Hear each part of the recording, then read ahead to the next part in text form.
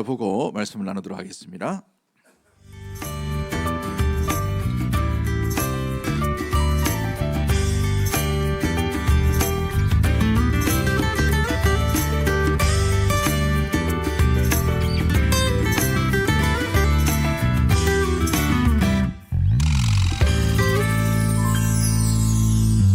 오늘도 하루라는 선물을 주셨네. 익숙한 듯 전혀 새로운 날, 설레는 기대감에 걸음을 떼본다. 오늘은 무슨 일이 기다리고 있나. 아무 일도 없는 ordinary day, 꿈이 이루어지는 surprise day. 그 속에서 디딘 사랑의 발걸음 위로 행복을 피우지.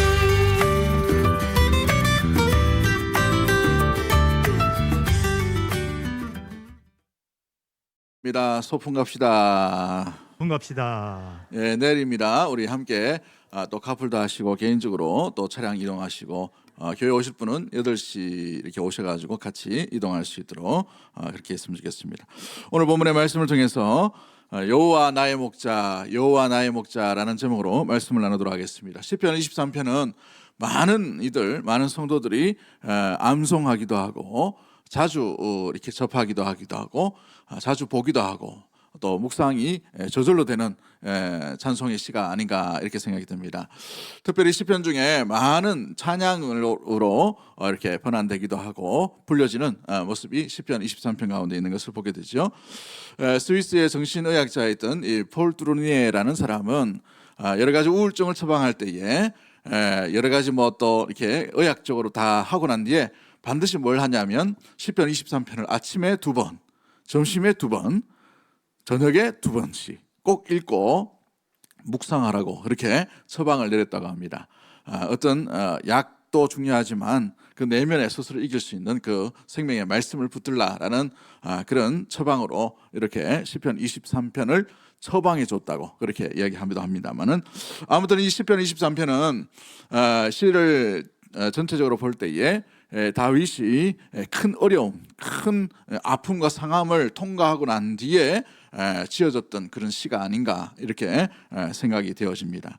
아무튼 시 전체를 바라볼 때에 책상에 앉아서 생각만 하고 지었던 시가 아니에요. 사망의 음침한 골짜기, 내 영혼을 소생시키시고 의의 길로 나를 인도해 달라고 하기에 부르짖는 그 귀한 고백이 담겨져 있는 시기에 책상에 앉아서 지었던 시가 아니라 삶 가운데 임하셨던 하나님, 나의 목자이신 그분이 나를 어떻게 인도해 주시는지 삶을 통해 지어냈던 그 시가 바로 이 시편 23편의 내용 가운데 있음을 말해주고 있습니다. 특별히 시편 23편 1절 말씀은 너무나도 유명한 말씀이죠. 우리 한번 외워볼까요? 같이 봅니다. 시작. 여호와는 나의 목자시니 내게 부족함이 없으리로다. 여러분, 이 본문의 말씀, 이 시편 1편은 시편 23편을 전체를 열어가는 핵심 구절에 관한 구절이 바로 이 시편 1편의 말씀이지요. 여러분은 뭐가 제일 많이 와닿나? 이 핵심 구절 중에 제일 많이 떠오르는 단어가 뭡니까? 부족함이 없다. 그죠? 제일 많이 떠오르죠. 솔직하게, 그죠? 예. 많은 이들이 부족함이 없네에 대한 마음과 또 어떤 메시지로 인하여서 또 위로받기도 하고 또 격려받기도 합니다만은, 이 내게 부족함이 없다라고 나오는 이 단어가 있기 전에 반드시 있어야 될 게 뭐냐? 내 목자가 누구냐라는 이야기이죠. 그래서 다윗은 자기의 과거의 어린 시절에 경험했던 목자로서, 목동으로서 지내왔던 그 여러 가지 삶의 체험을 통해서 여호와께서 목자이시기 때문에 내 인생은 부족함이 없습니다라는 믿음의 고백을 드리고 있다는 사실이죠.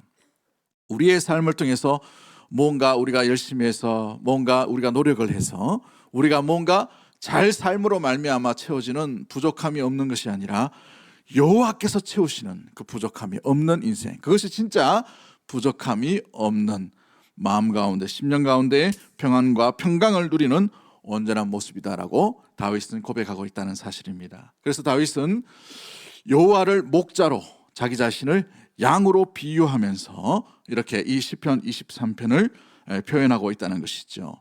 어린 시절에 이 양을 돌볼 때에 그가 자세히 관찰해보고 돌아보니 이 양의 특징이 있다는 거예요. 양은 혼자서는 살아갈 수가 없어요. 그래서 반드시 목자가 있어야 되는 거예요. 목자가 있어서 지켜주고 보호해주고 인도해주지 않으면 이 양이 고집이 세기 때문에 자기 가고 싶은 대로 가버립니다. 시력도 좋지 않기 때문에 목자를 잘 찾을 수가 없어요. 그래서 반드시 목자가 곁에서 가까운 데에서 소리를 들려주고 인도해 주어야만 먹을 것을 먹고 마실 물을 마실 수 있도록 생존에 관련된 모든 일들이 누구에게 연관되어 있냐면 좋은 목자가 있어야만 양이 제대로 먹을 수 있다는 사실인 것이죠. 그래서 목자가 없으면 살아갈 수 없는 양에 비해서 자기 자신도 여호와가 없으면 도저히 살 수 없는 인생이었습니다 라는 고백으로 여호와는 나의 목자이십니다 라고 믿음의 고백을 하고 있는 것이죠. 마찬가지입니다. 믿음의 성도, 믿음의 자녀인 성도도 목자이신 주님 없이는 온전히 살아갈 수가 없는 존재예요. 주님이 먹이시고 입히시고 생명의 말씀을 들려주어야만 비로소 변화가 되고 믿음 가운데 가함으로 말미암아 그 믿음으로 인해 생명의 길을 온전히 걸어가게 되는 줄 믿습니다. 영원히 목마르지 않는 그 생수의 강을 마실 수가 있게 되는 것이지요. 그렇습니다. 믿음의 자녀인 성도는 목자이신 하나님의 돌봄이 없이는 결코 우리가 믿음의 생활, 믿음의 삶을 영원한 생명과 삶을 살아갈 수가 없다는 사실이에요. 그래서 C.S. 루이스라는 사람은 이렇게 표현합니다. 인간의 최대 존엄은 주도권에 있는 것이 아니라 반응에 있다라고 말합니다. 자기 주도적으로 살아가는 것으로 인하여 여러 가지 자기의 최대의 존엄성이 드러나는 것이 아니라 누군가에 의해 인도함을 받는 그 반응, 누군가를 따르는 그 반응, 그것으로 인하여서 온전히 살아갈 수 있다는 사실을 이야기하는 것이죠. 그래서 하나님이 누구이신지를 모르면 자기 주도형으로 살아갈 수가 있어요. 요즘은 학교도 보면 자기 주도 학습 뭐 이런 것도 있습니다만은 신앙관에 있어서 신앙의 믿음의 가운데서 우리가 중요한 것이 뭐냐면 내 주도로 내가 어떤 신앙의 주도권을 가지고 살아갈 수 있는 것이 신앙의 삶이 아니에요. 그렇게 살아갈 수가 없는 것입니다. 영원한 삶, 생명의 삶, 구원을 이루기 위해서는 내가 노력하고 내가 열심히 해서 되는 것이 아니라 주의 길, 주의 인도하심을 받고 무엇보다 목자이신 주님을 뒤따를 때에 비로소 우리가 온전한 삶과 생명의 길을 걸어가게 되는 줄 믿습니다. 이것이 바로 성도가 나아가야 될, 목자를 바라봐야 될, 목자를 따라가야 될 온전한 모습의 삶의 모습인 것이죠. 양이 목자의 돌봄과 인도함을 받아야 한다는 사실인 것입니다. 그렇다면 양은 왜 이 목자의 인도함을 받아야 될까요? 양의 습성이 뭡니까? 양과 같은 우리의 모습은 어떤 것인가요? 우리는 무한 능력이 있는 존재가 아니에요. 우리 자신을 잘 알지 않습니까? 우리 자신을 보면 어떻습니까? 양 역시도 뭔가 누군가에 기존하고 의존해야 될 그런 모습으로 살아가는 것이 양이에요. 목자가 반드시 옆에 있어야 된다는 것이죠. 양의 특징을 보면 시력이 약해요. 3m 앞을 바라보지 못한다고 합니다. 3m 앞에. 그러니까 멀리 있는 이 풀은 이 어떤 풀밭을 바라보지 못한다는 거예요. 물도 제대로 찾을 수가 없는 것을 보게 되고 이 늑대가 일이나 사자가 자기를 노리고 찾아오는 것도 멀리서부터 점점 가까이 오지 않습니까? 제대로 찾지 못해요. 그런데 시각은 잘 어둡지만 이 귀는 밝아요. 귀는 밝기 때문에 조그마한 소리에도 금방 놀랍니다. 겁이 많기 때문에. 그런데 이 양의 특징이 뭐냐면 어느 목사님이 이 어떤 목축업자에 대해서 이렇게 이야기를 듣다가 그 이야기를 하시더라고요. 양은 오른쪽으로 못 돈다는 거예요. 체질적으로 오른쪽으로. 그래서 도망갈 때 어디로 도냐면 왼쪽 방향으로 계속 간다는 거예요. 왼쪽 방향으로. 오른쪽에 뭐가 있어도 글로 못 간다는 거예요. 스스로는. 그래서 목자가 반드시 그쪽으로 인도해 줘야만 그 방향으로 갈 수 있다는 것이죠. 그래서 겁이 나거나 어떤 위협이 있을 때에 깜짝 놀라가지고 어디로 가냐면 왼쪽 방향으로 계속 가다가 거기에 골짜기가 있거나 낭떠러지가 있으면 그냥 뛰어 내려버리는 것들이 바로 이 양의 어떤 습성 가운데 있다는 것이죠. 너무 놀라서 그런 것이죠. 겁이 많아서 쉽게 흩어져 버리는 것이 양의 모습이에요. 그냥 두면 자주 길도 잃어버리는 것이 양의 특징 가운데 있음을 말해주고 있어요. 우리 사람도 마찬가지입니다. 스스로 혼자 내버려두면 어떻게 될까요? 우리의 내면이 온전히 생명의 길을 제대로 우리 스스로 걸어갈 수 있을까요? 그렇지 않아요. 우리는 전적인 의존적인 사람이 바로 예수 그리스도의 사람이요 하나님의 자녀인 줄 믿습니다. 우리가 우리 스스로 믿는 것이 아니라 주님께서 우리에게 믿음을 주시고 은혜를 주시고 인도함을 주셔야 우리가 주님을 따라 온전히 살아갈 수가 있는 존재가 하나님의 자녀, 하나님의 백성인 줄 믿는 믿음의 모든 가족들이 되기를 주의 이름으로 간절히 축복합니다. 그러기에 우리가 전적인 의존성을 가지고 있는 양의 습성을 그대로 담고 있다는 것이죠. 그래서 다윗이 자기 자신을 양으로 표현하고 있는 것이죠. 시편 100편 3절 말씀에도 이런 말씀이 있습니다. 여호와가 우리 하나님이신 줄 너희는 알지어다. 그는 우리를 지으신 자요 우리는 그의 것이니 그의 백성이요 그의 기르시는 양이로다 라고 되어 있어요. 양으로 표현함으로 말미암아 길러주시는 분이 누구인가? 목자이신 우리 하나님이다 라고 이렇게 표현하고 있는 것이죠. 그래서 하나님의 백성인 성도에게도 반드시 필요한 분이 누구인가 하면 목자이신 여호와 하나님이 내게 필요하다는 것입니다. 생명의 길과 평안의 길과 화평의 길과 영원한 꼴이 이 말씀의 꼴로 인도함을, 이 목마르지 않은 삶을 살아가기 위해서는 우리 영혼의 목자이신 주님이 필요한 거예요. 주님이. 다른 것이 필요한 것이 아니라 인생의 목자이신 주님이 필요한 존재인 줄 믿습니다. 그 존재인 그 목자로 인하여서 우리는 구원의 길과 생명의 길을 온전히 걸어갈 수 있게 되는 것이죠. 출애굽한 이스라엘 백성들을 한번 보십시오. 그들에게 필요한 것은 잘 조직된 군대가 아니었어요. 잘 준비된 무기가 아니었습니다. 어떤 지도나 지름길을 아는 그런 것들이 아니었어요. 물의 위치를 알고 먹을 것이 어디에 있는지 여러 가지 정보가 아니었어요. 가나안 땅에 누가 살고 어떤 전략을 세워야 되고 그것이 아니었다는 말이죠. 그들에게 필요한 것은 단 한 분이신 여호와 하나님인 줄 믿습니다. 하나님께서 하늘을 여시고 만나를 주시고 메추라기를 주시고 낮에는 구름 기둥으로 밤에는 불 기둥으로 인도하시는 놀라운 은혜의 하나님이 아니고서는 이 광야의 길, 이 40년의 길을 도저히 걸어갈 수가 없는 것이에요.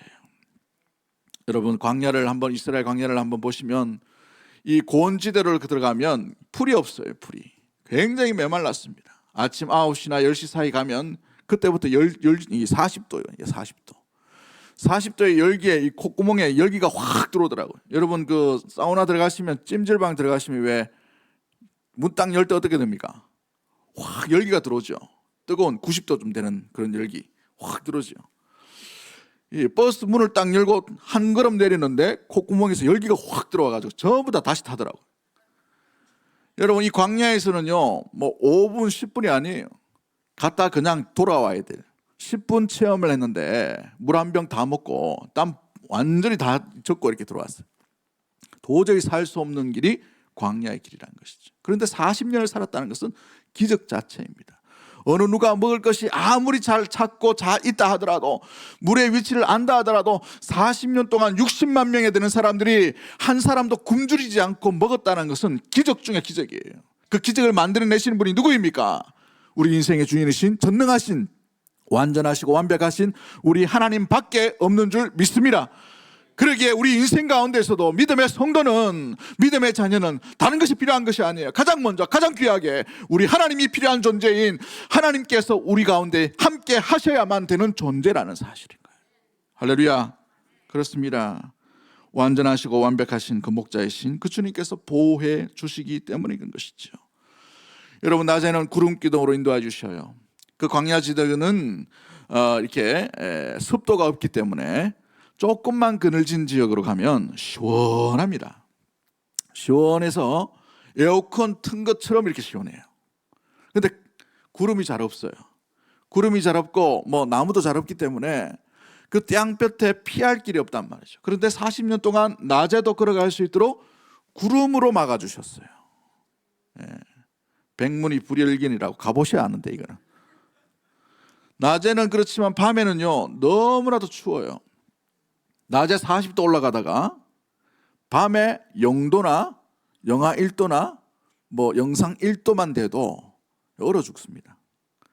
몇 년 전에 인도에서 이 뉴스가 났는데 그 기사를 본 적이 있는데요, 평소에 40도 50도 올라가다가 영상입니다. 영상 10도에 인도의 노숙자들이 얼어 죽었답니다. 영상 10도에.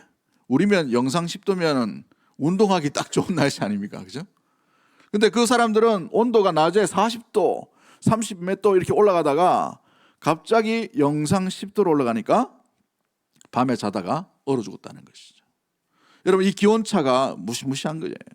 이 밤에 이와 같은 온도가 있다는 것은 열기가 없으면 살아갈 수가 없는 존재이죠. 그런데 하나님께서 밤에는 무슨 기둥으로? 불기둥으로 인도해 주셨다는 거예요. 막아주셨다는 거예요.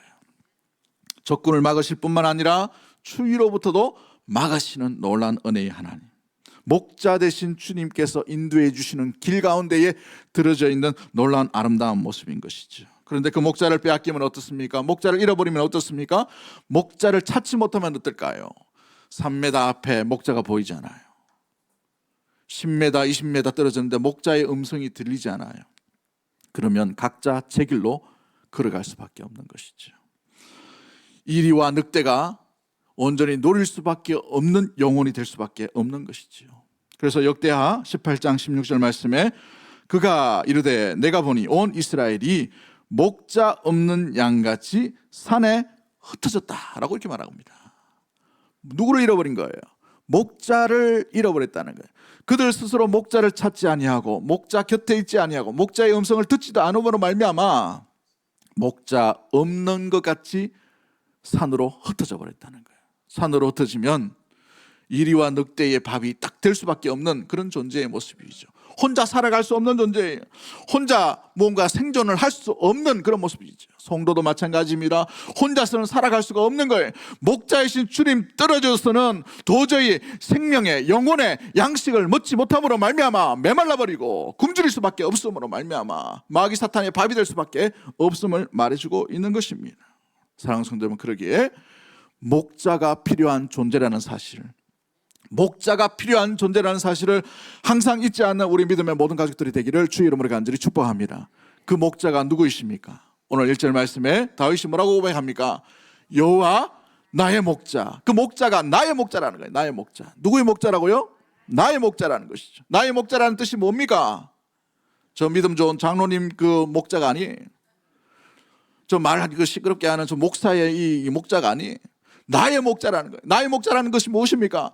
내게 푸른 꼴을 먹이시고 쉴만한 물가로 인도해 주시고 의의 길로 인도하여 주시고 사망의 음침한 골짜기로 다닐지라도 지켜주시고 보호해 주시는 내가 만난 하나님, 내가 붙드는 하나님, 내가 인도함을 받는 하나님, 나의 그 모든 가운데 하나님의 음성을 듣고 나아가는 그 만남의 그 접촉과 그 놀라운 은혜의 그 경험들이 있는 나의 하나님이라는 사실인 거예요. 할렐루야. 다윗의 시를 보십시오. 대부분이 다 나의 하나님이 나의 하나님, 나의 반석이시고 나의 뿌리시오 나의 구원이시고 나의 산승이요 요새이시고 구원이시고 내가 피할 바위이신 하나님, 나의 목자이신 하나님이라고 고백하고 있다는 사실이죠. 여러분은 여러분의 하나님을 만나셨습니까? 여러분의 목자를 만나시고 있나요? 여러분의 목자가 어떤 분입니까? 여호와라는 것이죠. 여호와는 어떤 하나님이십니까? 언약을 아시는 하고 언약을 기억하시고 언약을 철저하게 이루시기 위해서 주신 이름이 여호와 야훼인 거예요. 할렐루야. 이 땅 가운데 흩어져 있는 수많은 백성들 가운데에 진리를 약속의 말씀을 이루시기 위해 언약을 기억하시고 찾아오시는 분이 여호와 하나님이시죠. 그분이 나의 하나님이라는 사실인 것이죠. 목자의 의미가 무엇입니까? 부족함이 없다는 거예요. 부족함이 없다. 여러분, 때로 우리가 하나님을 섬기고 있지만 여전히 우리 인생 가운데 부족한 것만 잘 보이게 되어 있죠. 여러분에게는 뭐가 부족합니까? 옆에 분 째려보지 마시고 한번 인사할까요? 집에는 뭐가 부족하노? 뭐가 부족해요? 미모가 좀 부족합니까? 네. 돈이 좀 부족해요? 건강이 부족합니까? 때로는 주님을 섬기고 이 다윗은 내게 부족함이 없으리로다 라고 미래형으로 계속해서 선포하고 있는데 우리는 여호와를 목자로 삼음에도 불구하고 여전히 목자이신 여호와, 완전하신 여호와, 완벽하신 여호와, 완전하시고 전능하신 그 여호와를 바라보지 아니하고 내게 지금 없는 결핍에 대한 것들로 바라볼 때가 있다는 것이죠. 그 결핍이 때로는 우리가 목자로 삼고 있는 대상이 될 수 있다는 것입니다. 물질이 더 커 보이면 그 돈이 우리의 목자가 되고 있다는 거예요. 명예가 더 크게 보이면은 명예가 우리의 목자가 되고 있다는 것이죠. 돈이 더 크게 보이면 그 돈이 우리의 목자가 되어서 우리가 그 돈 따라 살아가고 돈 따라 생각하고 돈 따라 마음 가운데 마음을 먹고 있는 것이죠. 여러분, 그래서 요즘 보니까 뭐 주식하는 사람, 코인하는 사람이 있는데 주식이 좀 오르면 어깨에 뽕이 확 들어가요. 아무도 나를 비교할 사람이 없다.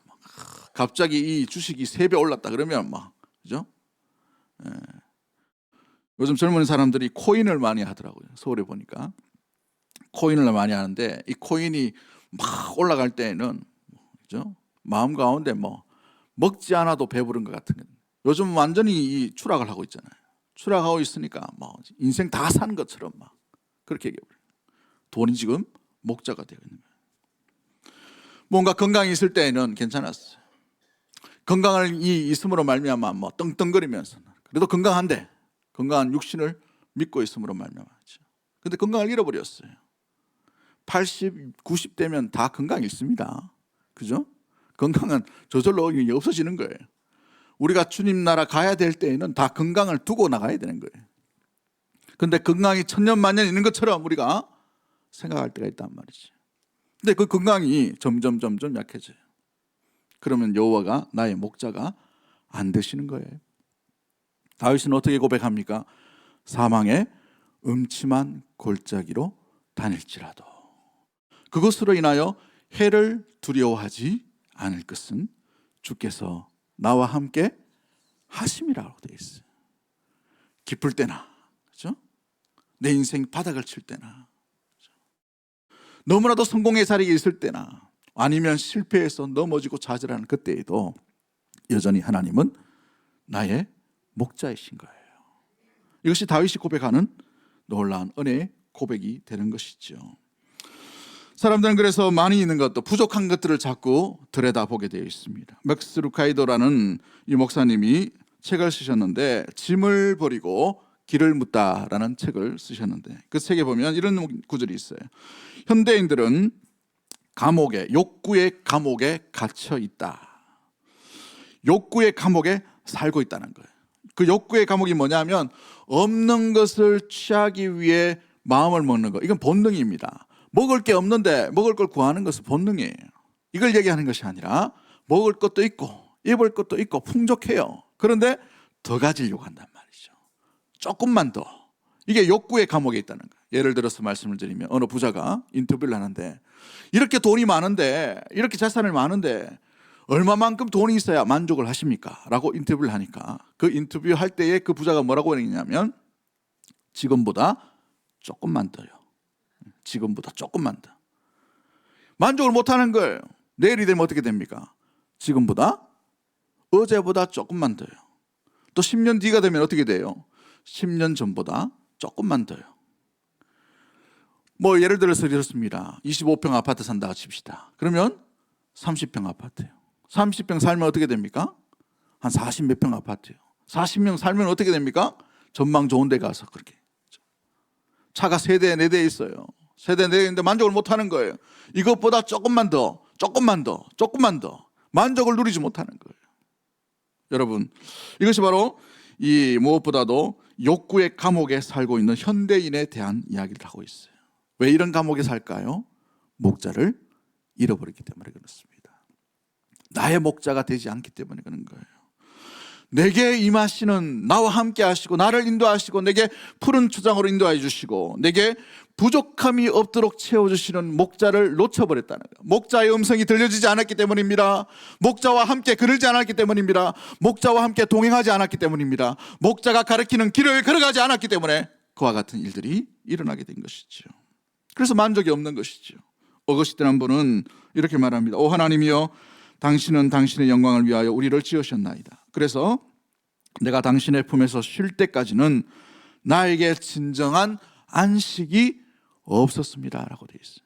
주님 품에 안길 때, 주님과 함께 거할 때에, 목자이신 주님 안에 거할 때에 비로소 참된 안식을 얻게 되었다는 것을 고백하고 있다는 사실인 거예요. 할렐루야. 우리 마찬가지입니다. 돈으로 우리가 만족을 누릴 수가 없어요. 건강으로 우리가 만족을 누릴 수가 없습니다. 우리는 과거로 다시 돌아갈 수 없기 때문에 그런 것이죠. 20대야 얼마나 팔팔하고 건강하고 얼마나 예뻐요. 얼마나 잘생겼습니까? 요즘 20대 청년들 보니까 키도 크고 얼마나 멋있는지 다 모델 같아 막. 그죠? 그런데 옛날로 돌아갈 수 없어요. 주름상을 다시 펼 수가 없어요. 그러나 우리 인생에 그것으로만 대상을 산다면, 그것으로만 우리가 희망과 소망을 그것에 둔다고 하는 것은 진정한 주님을 잃어버렸다는 거예요. 목자를 놓쳐버렸다는 사실입니다. 목자에게 가야, 진정한 목자이신 주님께 가야만 비로소 우리는 참된 안식을 얻게 되고 찾게 되고 누리게 되고 평안함과 평강을 온전히 누리게 되는 삶을 살게 될 줄 믿습니다. 오늘 본문에 보시면 푸른 풀밭에 누웠다라고 되어 있죠. 양은 습성적으로 불안하면 눕지를 않아요. 계속 귀가 막 움직입니다. 그렇죠? 이 두려운 소리, 뭐 어떤 여러 가지 소리가 있으면 금방 도망가기 위해서 계속 서서 다닌단 말이죠. 근데 어떨 땐 눕느냐? 목자가 다 지켜줄 때 누워요. 모든 것이 완벽하게, 모든 것이 갖춰져 있을 때에, 목자를 신뢰할 때에 비로소 눕게 된다는 말이죠. 안식을 얻게 된다는 말입니다. 사랑하는 성도 여러분, 우리가 주님과 함께 나아가고 주님을 신뢰하지 못하면 그 좋은 아파트, 그 아름다운 곳에 있다 하더라도 우리는 참된 안식을 얻을 수가 없다는 사실이에요.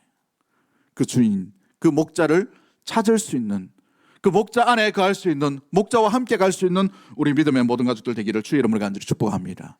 우리의 완전하고 완벽하신 그 목자는 우리에게 풍족한 양식과 물과 안식을 주실 수 있는 놀라운 은혜의 하나님인 줄 믿습니다. 푸른 풀밭, 물가로, 쉴만한 물가로 인도해 주시는 분이 내가 따라야 될 목자이신 우리 하나님 여호와이신 줄 믿는 믿음의 모든 가족들 되기를 주의 이름으로 간절히 축복합니다. 요한복음 10장에 그 목자를 어떻게 표현하고 있습니까? 나는 선한 목자다라고 말씀하시죠. 그 선한 목자가 우리 가운데 임하시고 나타나셔서 뭐라고 말씀하셔요? 나는 양을 위하여 목숨도 버린다라고 되어 있어요. 양을 끝까지 지키시고 사랑하시고 무엇보다도 살리기 위해 끝까지 자기의 몸, 자기의 육신을 십자가에 내어 드림으로 말미암아 죄와 사망의 음침한 꼴짜기 가운데 그들고 있는 믿음의 온 인류를 위해 구원의 놀라운 일들, 구원의 놀라운 길들을 열어주신 분이 우리가 믿는 신실하신 선한 목자이신 예수 그리스도인 줄 믿습니다. 그분을 따르는 것이죠. 그러므로 우리 예수님께서 뭐라고 말씀하십니까? 마태복음 11장 28절 말씀에 수고하고 무거운 짐진 자들아 다 내게로 오라 내가 너희를 쉬게 하리라. 참된 쉼은 예수님 안에 나가야 될 거예요.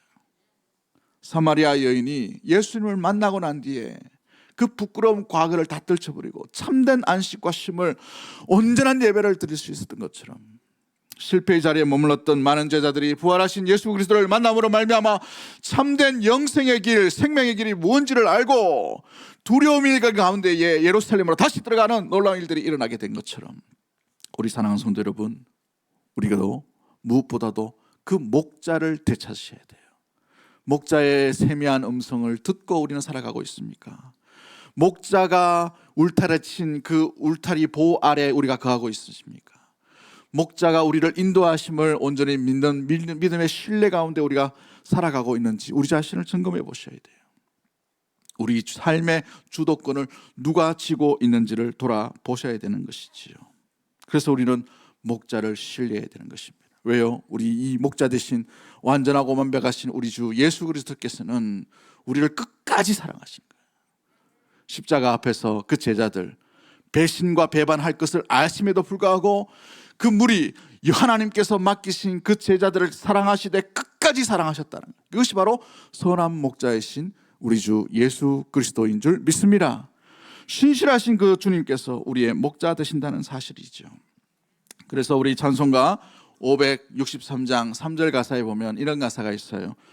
내가 연약할수록 더욱 귀히 여기사 높은 보좌 위에서 낮은 나를 보시네. 그 뒤에 가사가 뭐예요? 날 사랑하시며 내가 연약할수록 더욱 귀히 여기사 보사 높은 보좌 위에서 낮은 나를 보시네. 날 사랑하심, 날 사랑하심, 날 사랑하심, 성경에 쓰였네. 할렐루야. 그 주님은, 그 목자이신 그 주님을 신뢰해야 하는 것이죠. 양은 목자를 신뢰할 때에 양은 먹을 것을 걱정하지 않습니다. 양은 늑대를 걱정하지 않아요. 마실 물을 찾고자 걱정하지 않습니다. 목자의 음성만 들으면 돼요. 목자가 인도해 주는 길로만 걸어가면 됩니다. 목자와 함께하면 모든 것이 다 완벽하기에 푸른 풀밭에서 쉼을 누릴 수가 있게 되는 것이지요. 우리 믿음의 신앙의 길도 마찬가지입니다.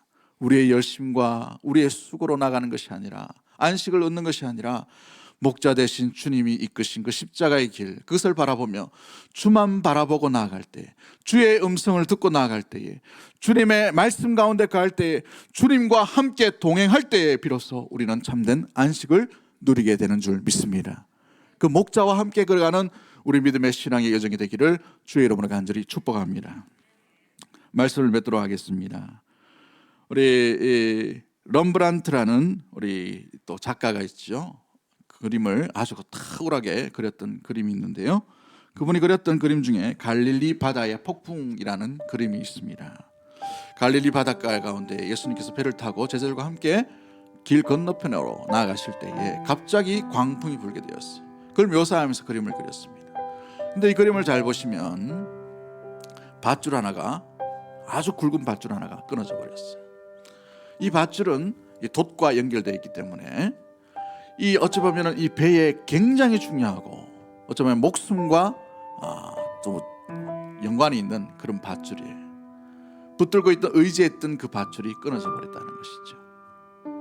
근데 이 밧줄이 끊어지다 보니까 많은 제자들이 동분서자합니다. 어떤 이들은 밧줄을 잡으려고, 또 다른 것을 붙들려고 배를 이리저리 옮기며, 또 어떤 이들은 예수님께 찾아와서 우리가 죽게 되었나이다 라고 이렇게 불안과 두려움 가운데, 공포 가운데 떨고 있는 것을 보게 되죠. 그런데 예수님의 뒤편에 키를 잡고 있는 한 제자가 있어요. 그 제자는 두려움보다는 뭔가 결단과 결심과 의지가 분명한 모습으로 그 키를 단단히 붙들고 있는 그 모습으로 럼브란트가 그리고 있어요. 그 이유가 뭐냐 하면, 다른 제자들은 바람을 봅니다. 광풍을 봐요.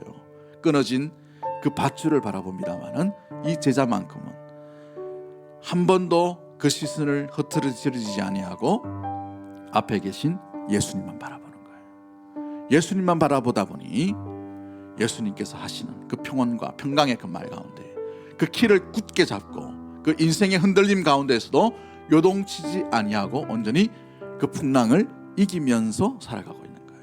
더 놀라운 것은 많은 제자들이 자기가 걸어왔던 그 어둠에, 두려움에 있었던 그 광풍과 그 배가 지나갔던 그 뒤를 보고 있는 거예요. 그 뒤를 보면 어둠이 있고 바람이 있고 광풍이 있어요. 근데 예수님이 바라보는 방향을 보십시오. 배 앞쪽을 바라보시죠. 그 앞쪽은 구름이 걷힙니다. 빛이 비쳐요. 바람이 불지 않습니다. 맑은 하늘이 갑자기 쫙 열리고 있는 것을 우리 주 예수 그리스도께서 보시고, 그 이로 인하여서 제자들에게 이 광풍 가운데 진정을 시키시는 그 장면을 이 럼브란트라는 사람이 묘사하고 있는 것을 보게 되죠. 이 그림을 보면서 우리 사랑하는 성도 여러분, 때로는 우리가 붙들고 있던 동아줄 같은 돈의 줄, 건강의 줄, 관계의 줄, 명예의 줄이 우리 인생 가운데 끊어질 수가 있어요. 때로는 우리 가정이 흔들릴 수 있었습니다. 내가 믿고 있던 사람들로 인하여서 배신당할 수도 있고, 또 마음 가운데 상함을 우리가 당할 수가 있어요. 우리가 붙들었던 그 줄이 우리의 생명줄인 줄 알고 불안과 공포와 두려움 가운데 갈 때가 있단 말이죠. 그러나 어떤 환경과 어떤 시간이 온다 하더라도 주 예수 그리스도만 바라보는 그 한 제자는 요동치 않음을 바라보게 됩니다. 우리 인생에도 주 예수 그리스도 목자이신 선한 목자이신 주님만 바라보면 어떤 풍랑과 어떤 두려움과 어떤 바닥치는 인생 가운데 간다 하더라도 그 골짜기의 그 기쁨의 놀라운 어려움으로 인하여서 살아남지 못할 것 같은 공포를 안다 하더라도, 겪긴다 하더라도 염려하거나 걱정하지 않게 됩니다. 우리의 선하신 목자는 우리가 나아가야 될 길, 희망의 길이요 소망의 길이요 생명의 길이요 구원의 길을 더 잘 보고 계시는 분인 줄 믿습니다. 그러하기에 여러분의 두려운 어떤 바람과 주저앉고 싶은 그런 이 침몰하는 배를 바라보는 것이 아니라 선한 목자이신 우리 주 예수 그리스도만 바라보고 그 목자의 세미하는 음성과 그 목자가 인도하신 대로 우리의 몸과 우리의 가치관과 우리의 생각과 우리의 가정과 우리의 내일을 맡기며 주와 함께 생명의 길 걸어가는 우리 대구동성의 모든 가족들이 되기를 주의 이름으로 간절히 축복합니다. 우리 찬양합니다. 우리 여호와 나의 목자 1절 2절만 찬양합니다.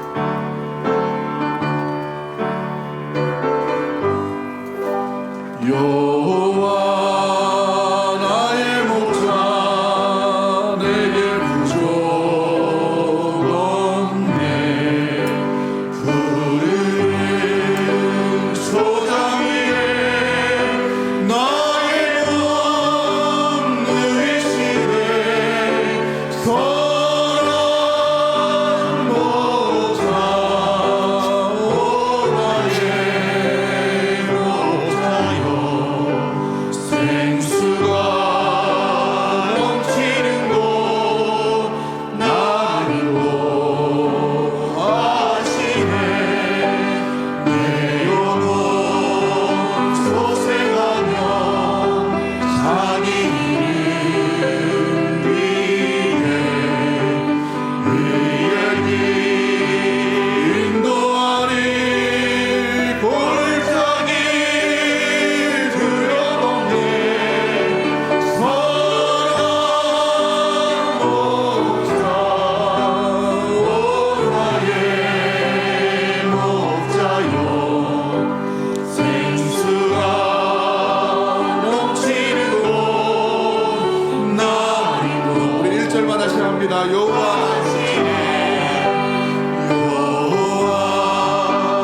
나의 목자 내게 부족 없네. 푸른 초장 위에 나의 몸 누이시네. 선한 목자 오 나의 목자여 생수가 넘치는 곳 나를 인도하시네. 선한 목자 오 나의